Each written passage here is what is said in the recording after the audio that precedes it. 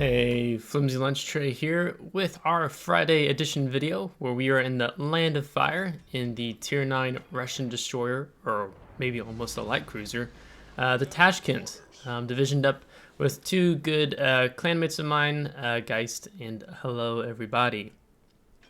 So as we dive in here, I'm going to read the overview of the Tashkent from the WoW's wiki. A destroyer flotilla leader intended to perform long-range reconnaissance duties within squadrons and support destroyers' torpedo attacks. She was built in Italy for the USSR Navy Project 20I. During World War II, she was one of the fastest warships in the world and the largest ship of this type. Performance, player opinion. Nicknamed the Blue Cruiser despite her being a destroyer due to her being larger than a contemporary destroyer and alluding to her historical paint being cobalt blue, the Tashkent was much maligned in her previous Tier 8 incarnation. Fortunately, the Tashkent received a package of buffs, resulting in quite a serviceable ship, even at her new home at Tier 9. Tashkent retains the excellent guns and speed of Kiev, and while significantly larger and less maneuverable than Kiev. Her generous hit point pool and edge in range, up to 15.2 kilometers with module and advanced fire training, goes a long way towards making up for it. On the offensive side, fast reloading torpedoes and accessibility to the last upgrade slot are welcome advantages.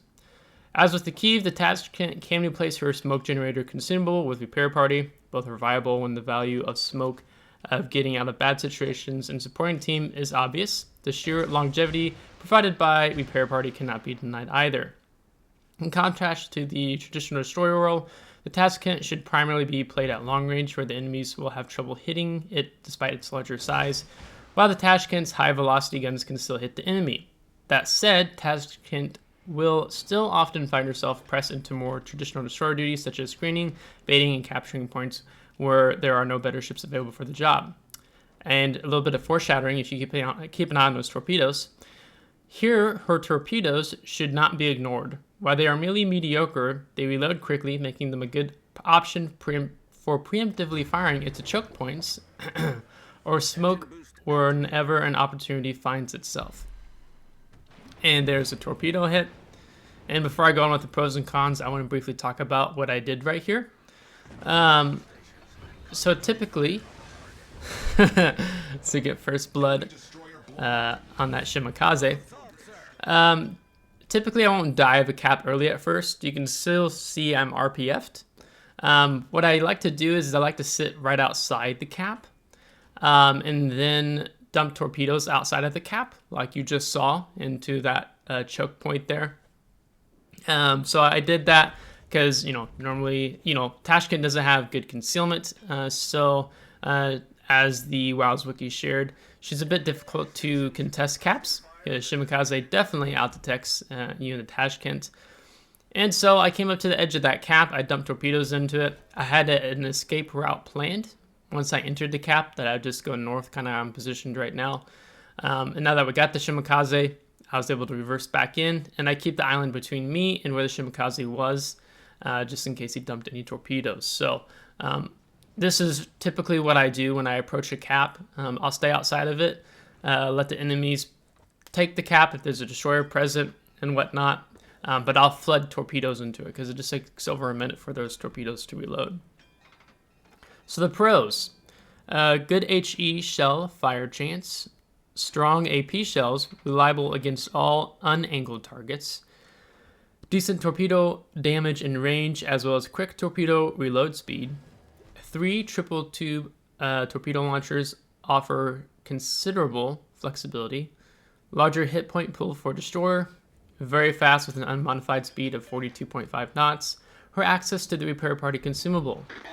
Cons. Very poor concealment for a destroyer. Large ship, almost as big as a light cruiser. Large turn radius and slow rudder shift for a destroyer. And that only gets worse once you get to the Khabarovsk. Must give up the smoke generator to equip the repair party. And torpedo tubes has higher risk of being incapacitated or destroyed. So So let's talk about that smoke generator versus repair party. When I was grinding the Kyiv, I was taking the smoke generator for a little bit, and then I was like, you know what?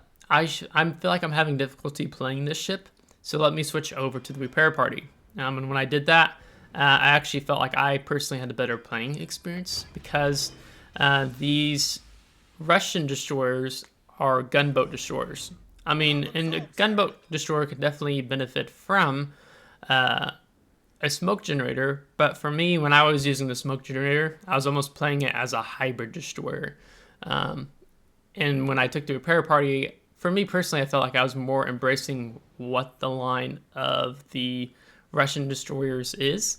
Often maybe you're playing at that long range with your good HE salvo. I mean, your armor piercing is very good at close range, and you can citadel different, especially cruisers at close range. And you get a bit of more of that longevity in your health. I have gotten multiple dreadnoughts in the Tashkent, and I always think getting a dreadnought and destroyer is hysterical. So I definitely got money's worth out of taking, I feel like, the repair party more so than the smoke consumable. If you're taking the smoke consumable, and let's say you haven't tried out the repair party yet, I would just encourage you just try it out, play several battles. If you're grinding it right now, we have arms race up. You can experiment with the Tashkent and arms race, right? Tier 9, tier 10 ships, and take the repair party and see what you think. Now you can see after this Ulster-Outland moved up onto the cap, I had to back off. One, he's got good DPM. And so basically me and him, we're gonna keep getting these little fights with one another. Just because I'm not able to, he'll detect me before I detect him. So that makes it harder to play more contest-oriented around the cap. So I do apologize, I do have a bit of a sore throat, so my voice might sound a little bit out of it. Now our team just did a move here on the Amagi and also the Des Moines. Right now, not a good trade. We did take out the Amagi, of course, but was not able to take out the Des Moines. The Albemarle just came around full broadside to the Des Moines, which has fantastic armor piercing, and just got wrecked. So I've moved up over here, and I'm going to drop these torpedoes in close to the island in case he turns in tight to finish the job, seal the deal, because we can't have this Des Moines alive any longer. If he gets around this island, it will definitely be trouble for us with his radar. So we've had to move in, and we're going to polish him off right there. And Notzer, in the meantime, that's one of the things I actually kind of have a little bit of difficulty with. You move so quickly in these Russian destroyers. If you're not paying attention to the mini-map or you're going to hit an island warning indicator, you'll often do what I just did there. So just be mindful of that if you find yourself in that type of situation, to know what direction you're going, that you're not going to ram into an island. Now you also saw that we got General Offensive, and I think in October, mid-October, they released that there's going to include these new achievements into the game. These are division achievements. So General Offensive is when you and your div mates kill at least 3 different ship types in a division. So destroyer, cruiser, battleship. So that is why we got the General Offensive. So with those torpedoes, so I think I dropped one set. Yeah, I dropped one set off, and then I've slowed down. The reason I have slowed down is I'm expecting Ulster-Outland to have dumped torpedoes into this channel if he has not dumped them towards my other ally back behind me on the 10 line. But I'm pretty sure he's dumped the torpedoes off onto me. So I'm kind of waiting a moment before I go out. That's one of the things you have to be patient about, because with Tashkent, she doesn't have good maneuverability, really poor rudder shift, and because she's just so large, that it's really difficult to avoid torpedoes, especially if you're driving into them. and you saw that the Australian did dump torpedoes towards me, and those torpedoes are fast, and would have been very difficult for me to have dodged. So that's why I waited. Now, if you are sailing away, your speed gives you a bit of advantage, but again, your rudder shift will put you in more of a bad position. So now that he's dumped his torpedoes, I know I don't have to worry about torpedoes. I'm pretty sure he's left the cap at this point. If he was still around here, he should be detecting me.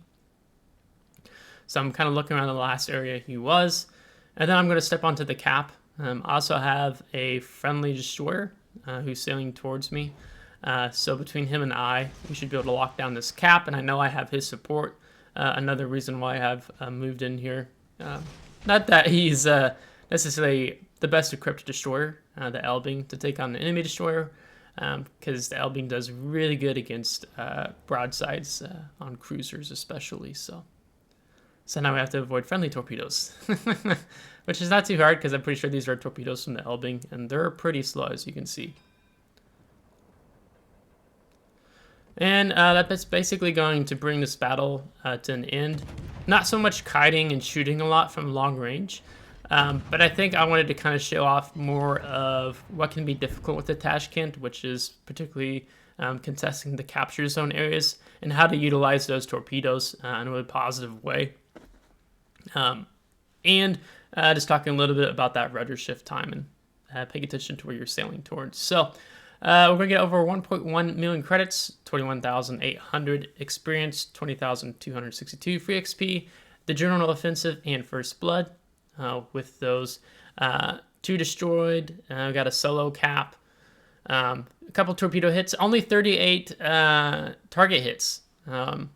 Normally I'm doing over 100, 200, but this battle was just different. So actually we're going to top the team base XP wise with the Kitakaze pretty close, not too far behind. But yeah, so this just shows off, I think, what's more difficult with Tashkent and how you utilize the islands to your advantage, and also engaging those capture zone choke point areas. So here's the overview of the damage. Only 650-some thousand potential damage. I've had up over 1.5 million to close to 2 million potential damage. This is a pretty short, quick battle for you today.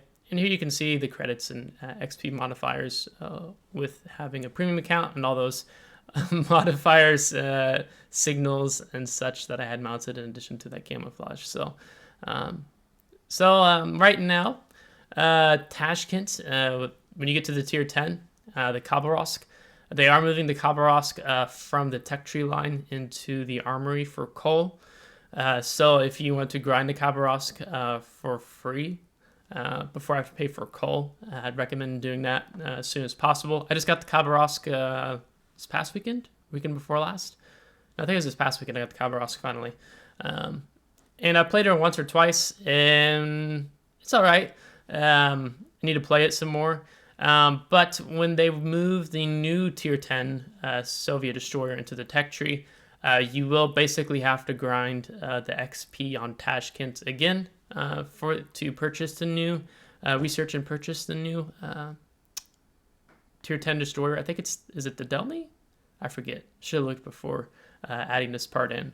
So you will have to play Tashkent again. And if you're in the midst of grinding Tashkent for Khabarovsk right now, if you have a high point commander, I would just say leave your high point commander on the Tashkent and don't move him over to the Khabarovsk. Just keep him on the Tashkent for now, since you're going to have to grind for the Delny anyhow, or the new tier 10 Russian destroyer, whatever that ends up being the name, rather than having to try to build up or move a commander around and you wasted elite commander XP and such. And you can use free XP as well, but you will have to have the credits to still purchase the ship regardless.